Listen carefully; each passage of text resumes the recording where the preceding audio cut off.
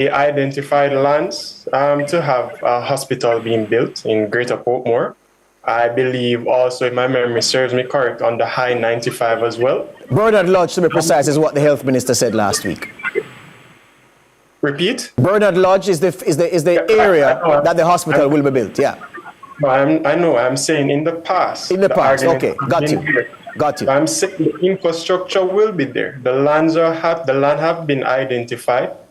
In the park, there will be a section for the JUTC buses. There will also be a section for taxi personnel. So I ask again, what is so negative about Portmore becoming a parish?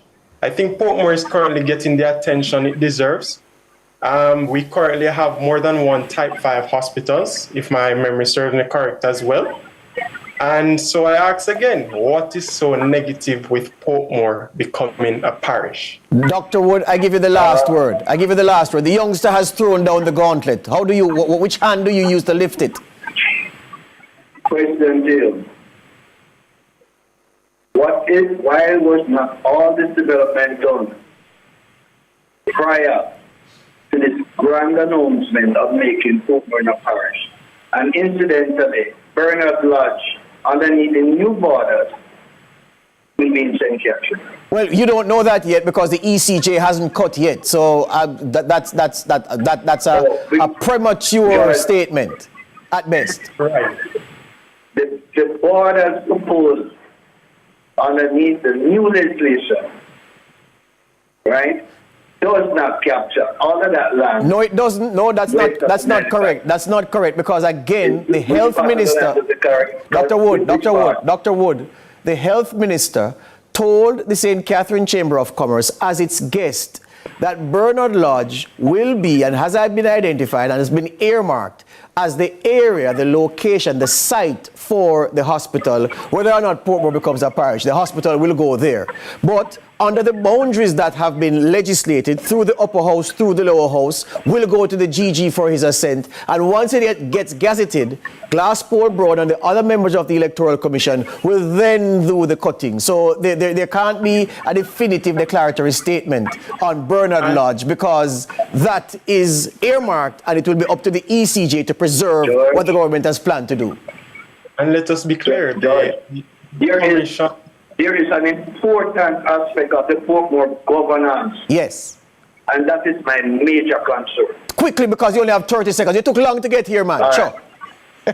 Here is the charter. Yes. That allows for the only direct elected mayor in the English-speaking area. But what's the benefit of having that? Does Portmore get better services by virtue of directly electing the mayor? No, but it does. That shows that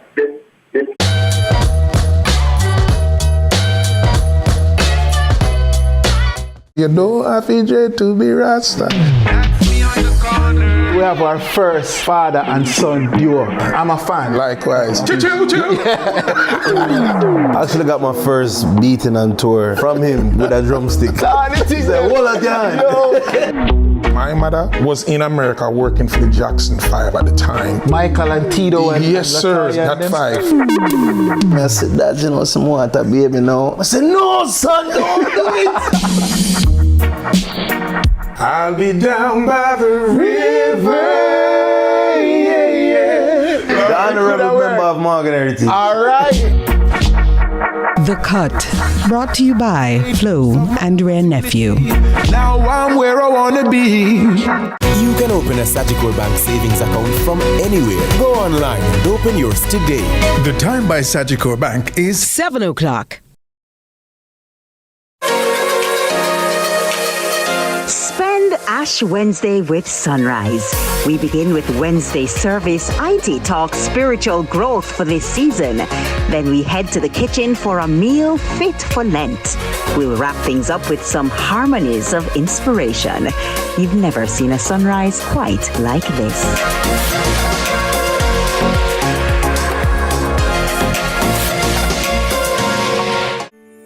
In a world where innovation meets tradition, agriculture is evolving like never before.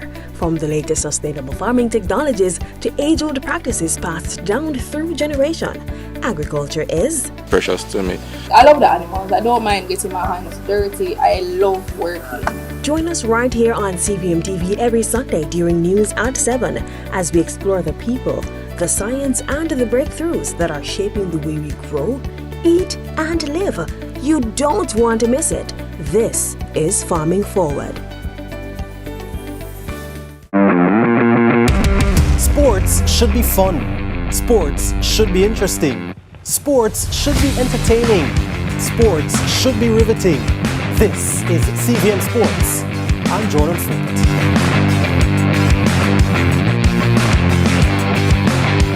CVM News at 7 Tuesday, brought to you by KFC. Do whatever the crunch you want with KFC's popcorn chicken. Now available in hot and spicy. KFC, it's finger licking good.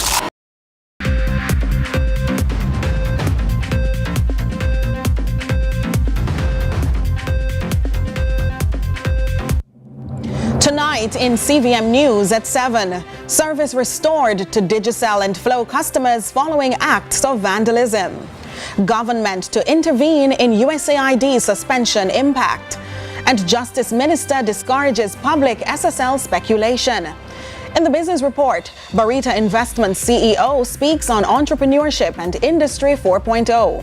While in sports, Cavalier confident ahead of clash with Messi's Inter Miami.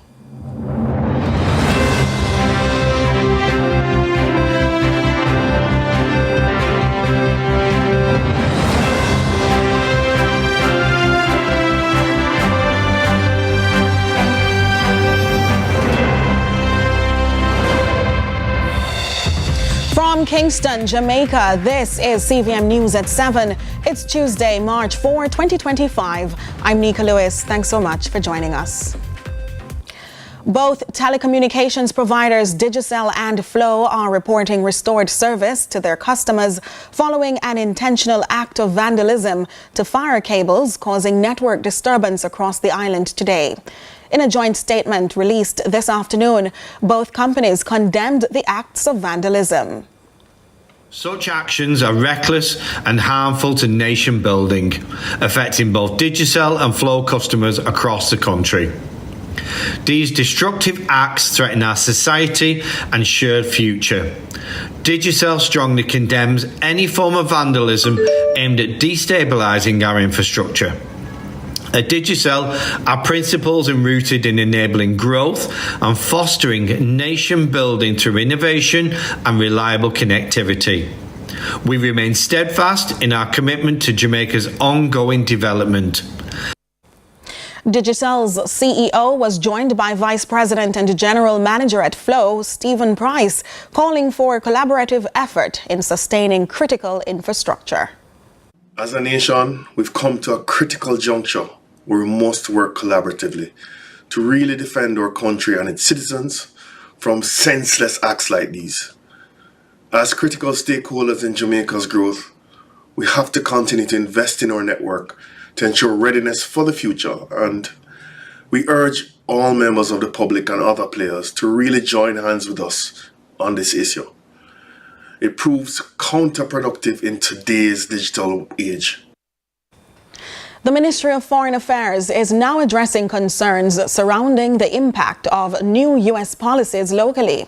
The minister spoke on CVM's very own Sunrise this morning and gave an update on the government's intervention plan. Trisha Gay Kelly has this report. The United States policy to withdraw support from the U.S. Agency for International Development, USAID, has sparked global concern, even more so in Jamaica, with many charities and non-profit organizations dependent on the agency. In light of many of them deciding to close their doors, the Ministry of Foreign Affairs says it is analyzing the situation. We are continuing to assess where we are, and they are an important bilateral funding partner, grant partner, and therefore the suspension of USAID funding is of course of concern. How it is that we operate, however, and where we are in terms of funds that are maybe that were projected. For many projects, we were actually at end of life for them. Yes. So the impact is not anticipated to be great. And then there are other projects that we're just starting. Nevertheless, Portfolio Minister Senator Kamina Johnson-Smith says the government will be intervening. What the government is doing and recognizing that this is pause, not a complete ending. Yes. It is a pause so far as we understand. We have not received any other official information.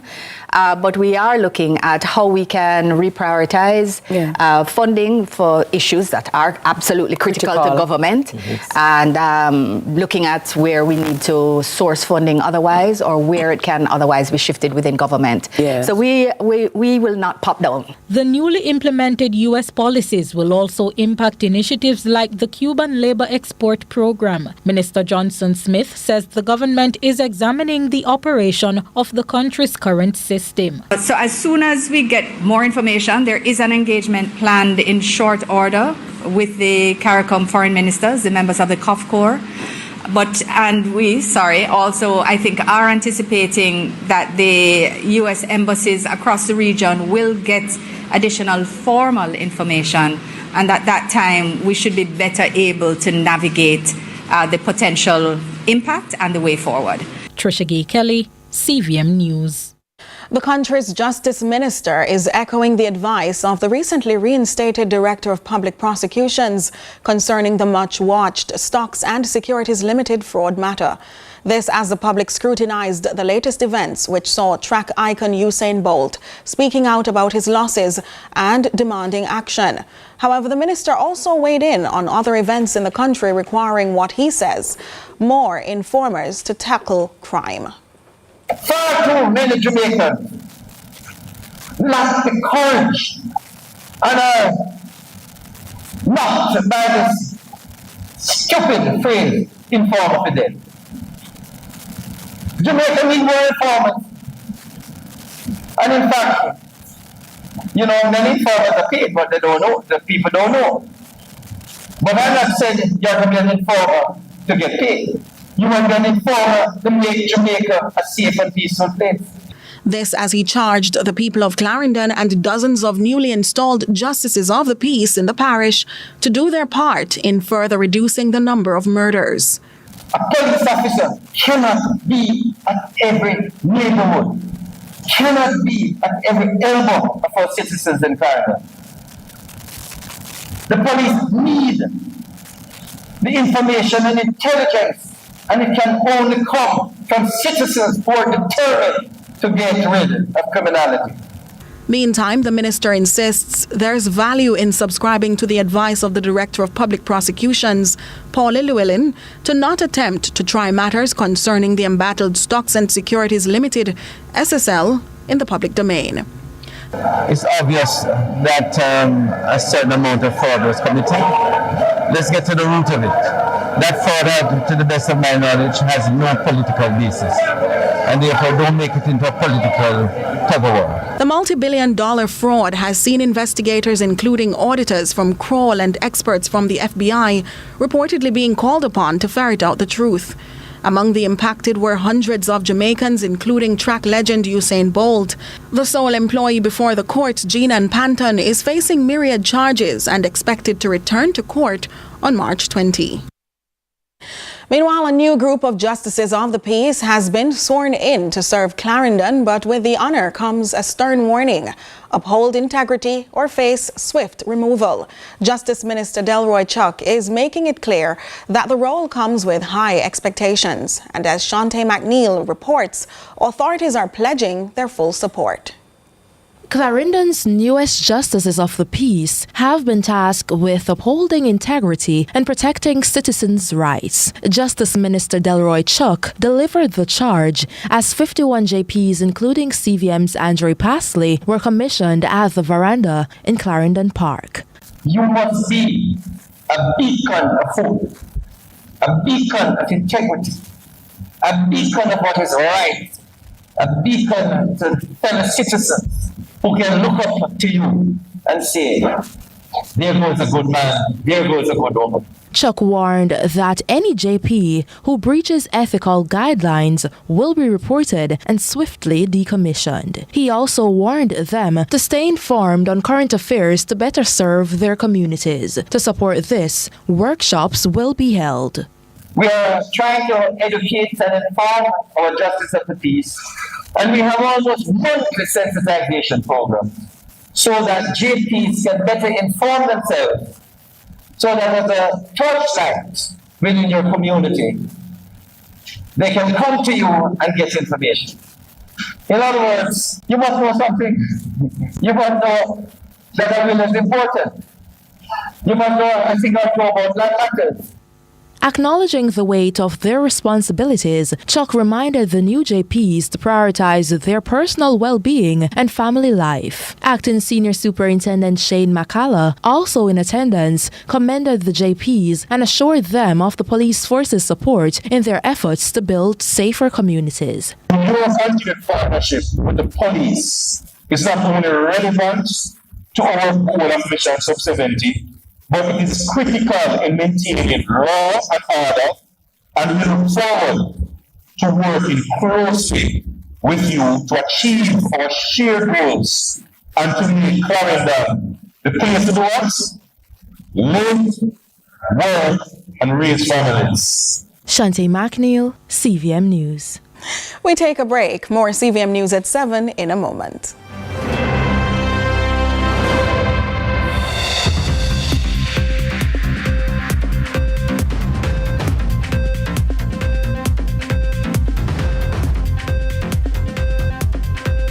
Sardines, perfect for snacking, on a cracker, on its own. Snacking made easy, snacking made healthy, snacking made tasty. Discover an easier way to pay your taxes. Use your Sagicor Bank Business Credit Card. You'll get a 1-month payment holiday, up to 55 days interest-free, and unlimited rewards points on every dollar you spend. Don't have a Sagicor Bank Business Credit Card? Apply online for yours today. Conditions apply.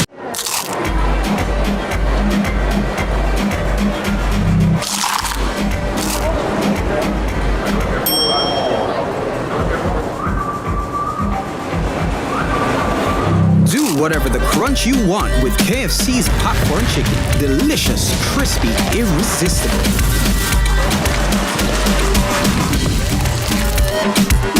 Now available in hot and spicy. KFC, it's finger licking good.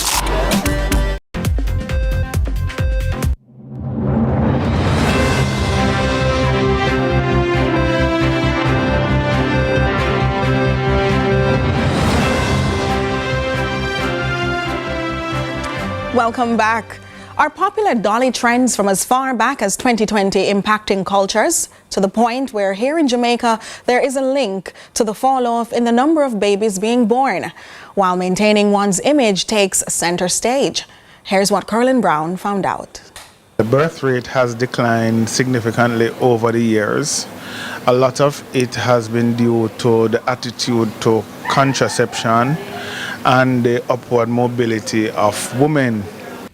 But then the CEO at the hospital, Dr. Garth McDonald, points to the dolly culture as an indicator.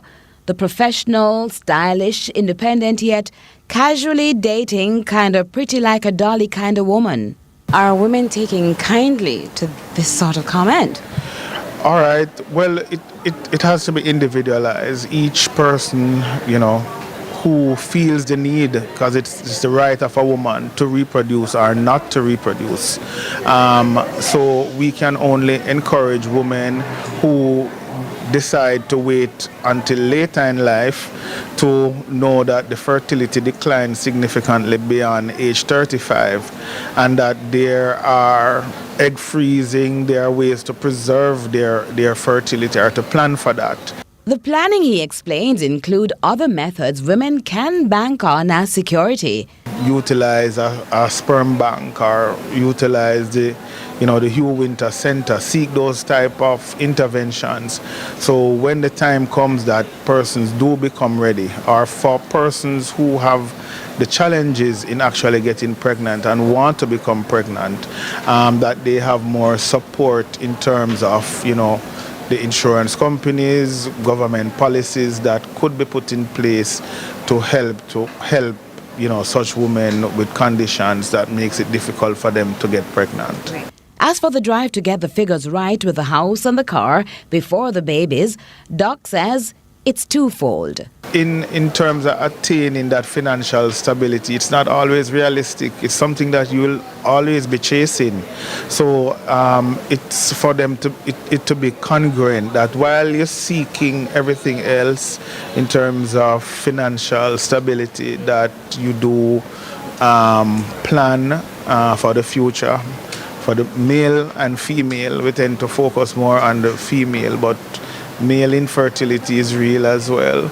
And, men do have a part to play, to make themselves more attractive to the women. The men to go out there and attain some of their goals and get the women attracted and feel secure in entering relationships to have children. Curlin Brown, CVM News. Prime Minister Andrew Holness is taking a hard line against crime, declaring that those profiting from criminal activities are running out of time. But while addressing lawbreakers, he also called on the country's women to help deter their loved ones from violence. His message comes as concerns mount over police fatal shootings. Ramon Gordon has the details. Dr. Andrew Holness delivered a warning to criminals early Tuesday, declaring that the era of profitable crime is over. If you believe that you are going to live to enjoy the fruits of crime, you are mistaken.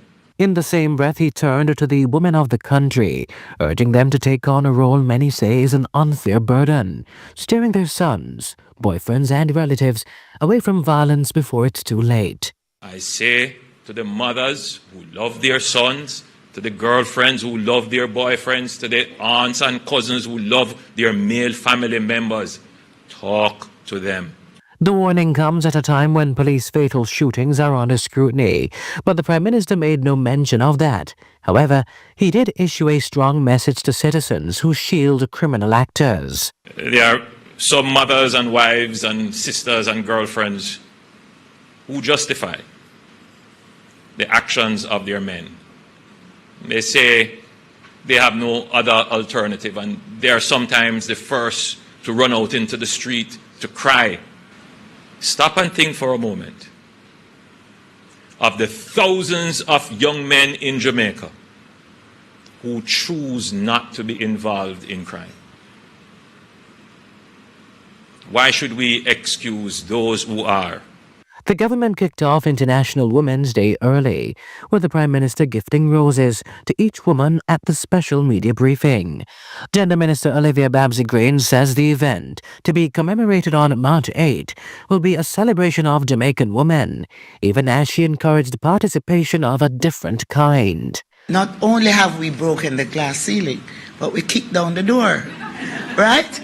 I realize that if you do not have a seat at the table, you do not have a voice. And so I'm encouraging women out there, go contest a seat and get your seat at the table. Ramon Gordon for CVM News.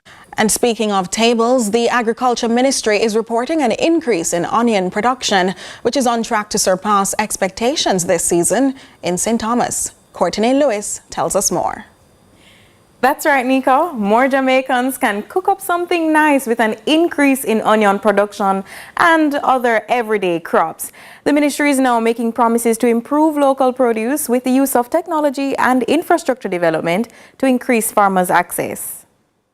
Jamaica's onion production is increasing with hopes to surpass its production target this season. During a tour of farms in St. Thomas, the Agriculture Minister, Floyd Green, says the onion boom is a testament of farmers' hard work. Even in this Abbey era, we have a lot of acres under production. It's clear that the RADA team is intervening and that the farmers are following good agricultural practices to ensure that they are maintaining their fields, they're doing post-harvest in a very, very good way. So we're looking forward to the production. In fact, we do expect that this year will be our biggest production year for our onions. St. Thomas farmers are also increasing diversity, ramping up production in watermelon, sweet corn and hot peppers. The move calls for greater infrastructure support in the parish. Having come into this area, I'm going to send our rather engineering team to see how we can work with the farmers in this area to ensure that they have access even when the river is in spate. Clearly they have an access challenge. It's okay when the river is not doing so badly, but they need at least a bridge that they can come into this area and tend to their crops. Even more, the ministry hopes to leverage the power of technology in the parish. Other things that we're going to focus a lot on technology, a lot on equipment, ensuring that they have small tools and machines that they can use in land preparation so they can make it easier. We have seen a lot of female farmers in this belt, and we want to encourage our female farmers. And to increase efficiency, yields and profitability for farmers, the ministry is hoping to purchase drones for pest prevention. Additionally, we have spoken to some of the farmers about their practices in terms of spraying. We are going to be purchasing some drones to ensure that we can use the technology to be more efficient, be more productive, and ultimately for the farmers to make more money. This is what agriculture is about. Courtney Lewis for CVM News. But she's still in studio, and I know she has more layers to this story. That's right. So since last year, the government has allocated $60 million to onion production, and that's to improve local production and decrease importation of onions. In St. Thomas alone, they've exceeded 50% of their targeted hectares. So that's a good sign for food production, and it's the only time onions won't make you cry. Indeed. It's now time for the Business Report with Joel Crosskill.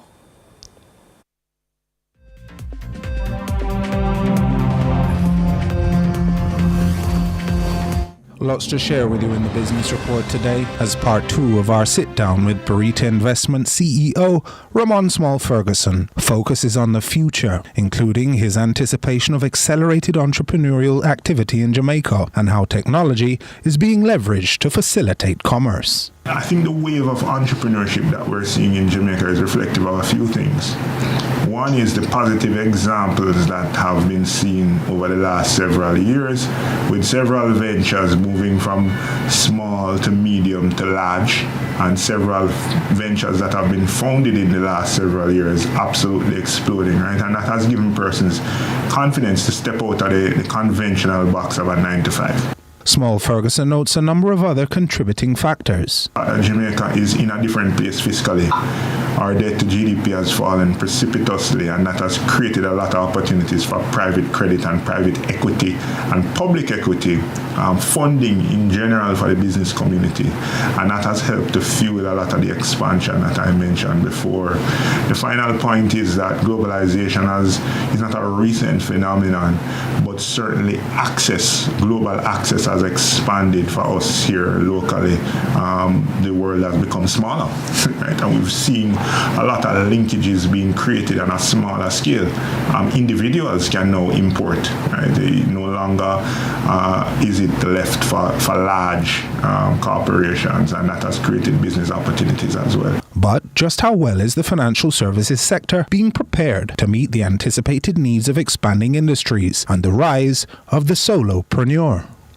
I think it's going to be critically important for us as a financial services sector to be collaborative and constructive with emerging industries to help to fund that growth. It's going to be critically important. It's also going to be important for us to be coordinated with the government, who is the chief facilitator of growth, I would say, in ensuring that we provide jet fuel to targeted industries over the course of the next several years as we collectively move towards a growth agenda. It's one that the Burita Investment CEO admits will bring with it new categories of risk and reward as e-commerce becomes increasingly commonplace and the menace of cybercrimes increases. Risks are always emerging. Right? As you said, in past, the risk associated with, say, the sector that we were in was probably who had the strongest vaults and the the most adept security guards. Right? We've now moved into a space where we have entrusted a lot in technology, and therefore the risk associated with cyber exposures is really probably, if you look at it, the single most concentrated risk that businesses within our space face. The fact is that in the same way that we would have continued to build out our physical safety infrastructure, in our sector we continue to build out the infrastructure surrounding our cyber safety. We are very cyber conscious, and it is embedded in our institutional framework and operations, all the way down to how individuals interact with anything cyber. Consistent training and reinforcement. It's been said that Jamaica missed out on the previous 3 industrial revolutions. An oversight Small Ferguson suggests his sector at least is not in danger of repeating. From our perspective, we've invested heavily in our tech, and more importantly in the safety surrounding our tech. A lot of cyber events are still caused by human behavior, Joel, so it doesn't take out the human element. So it's critically important to continue to teach and reinforce, and we have invested heavily in that, and I know that my counterparts are doing the same. And that was your business report. I'm Joel Crossgill.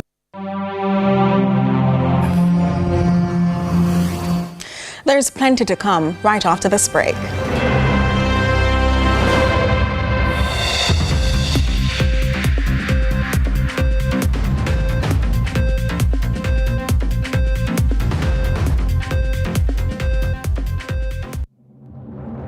Hey, college tomorrow. Sometimes it really feels that fast. Stay ahead of the growing pains when you grow your savings with CIBC Caribbean. Come see what banking better together looks like for you at CIBC. Ambitions made real. You don't have to be Rasta. We have our first father and son duo. I'm a fan. Likewise. I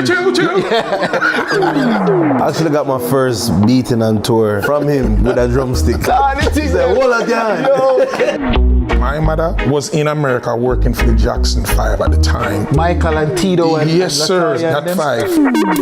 I said, Dad, you know, some water, baby, now. I said, no, son, don't do it. I'll be down by the river. The honorable member of Morgan Heritage. All right. The Cut, brought to you by Flo and Rare Nephew.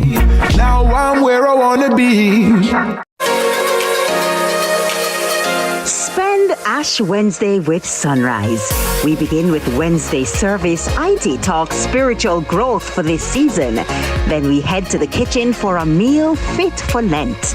We'll wrap things up with some harmonies of inspiration. You've never seen a sunrise quite like this.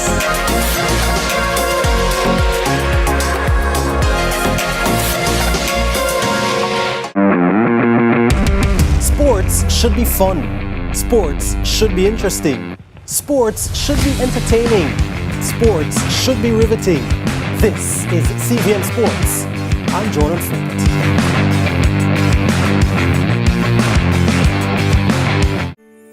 In a world where innovation meets tradition, agriculture is evolving like never before. From the latest sustainable farming technologies to age-old practices passed down through generation, agriculture is precious to me. I love the animals. I don't mind getting my hands dirty. I love working. Join us right here on CVM TV every Sunday during news at 7 as we explore the people, the science, and the breakthroughs that are shaping the way we grow, eat, and live. You don't want to miss it. This is Farming Forward. Every dream conquered is another dream gained. I land and I fly again like a jet plane. Headed straight in your direction. 'Cause I'm wiser, one step closer. I'm winning 'cause I work so hard. And the music keeps on playing, and the people them I say we are my show tonight.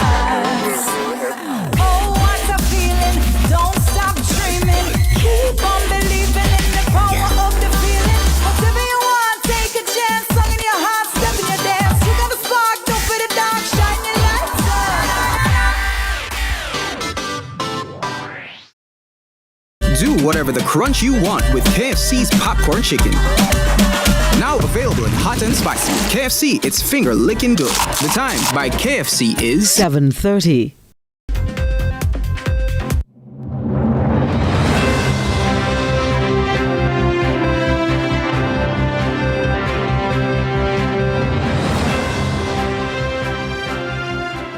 Thanks for staying with us. Jordan Fort now joins us in studio for our sports preview.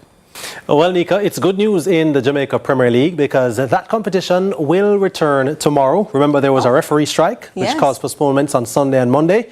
Ash Wednesday is the day when that will return, and there'll also be matches on Thursday as well. Plus, we're looking at the Jamaica women looking to end the regional Super 50 competition on a high, and Jamaica men looking to rebound, get back to winning ways in the regional 4-day competition. All right. So previously I said you didn't give us good news, but we got a little of that today, so thank you. Absolutely. Now a look at what's trending on social media. So, what's dominating local social media spaces today? Telecommunications provider Digicel reports widespread service disruptions due to multiple major fiber breaks at its international landing stations, impacting both home and mobile data services for customers. Here are some of your responses. At Chemic Shares, look how my day I think my phone mash up. At chocolate_Kerry_posts, was wondering why my internet not working and I pay my phone bill. Hoping to take something off this bill this month for that inconvenience to us customers. At Kiara.Michaela G says, the amount of time I restart my phone from morning. At Famous876 comments, yes, the app is down and I'm unable to top up. At Akil_since01, but they are one day for me alone. At Ali Lisa shares, please hurry up, I can't do my job without internet. Well, since the disruptions earlier today, both telecommunications providers, Digicel and Flow, have reported that they've restored service to their customers. That's what's trending online today. Continue to share your thoughts with us on X at CVM TV and CVM Television on Facebook. I'm Courtney Lewis. It's now time for regional and international news. We begin with news in the region. In response to an alert from the Pan American Health Organization regarding a recent increase in confirmed human cases of yellow fever in the Americas, the Ministry of Health, Wellness and Elderly Affairs is urging the public to remain vigilant and cautious, particularly when traveling. More from NBC Television, St. Lucia. The rise in cases was observed in the last quarter of 2024 in Bolivia, Brazil, Colombia, Guyana, and Peru, with approximately 50% of the reported cases resulting in fatalities. In the first 4 epidemiological weeks of 2025, Brazil, Colombia, and Peru reported a total of 17 confirmed human cases, including 7 deaths. The overall risk of yellow fever outbreaks in the Americas has been classified as high, prompting recommendations to enhance surveillance activities, early diagnosis, and timely isolation and treatment. Yellow fever is caused by a virus primarily transmitted to humans through the bite of infected mosquitoes, particularly the Aedes aegypti mosquito, which is also responsible for spreading dengue, Zika, and chikungunya viruses. National epidemiologist Dr. Michelle Francois shared additional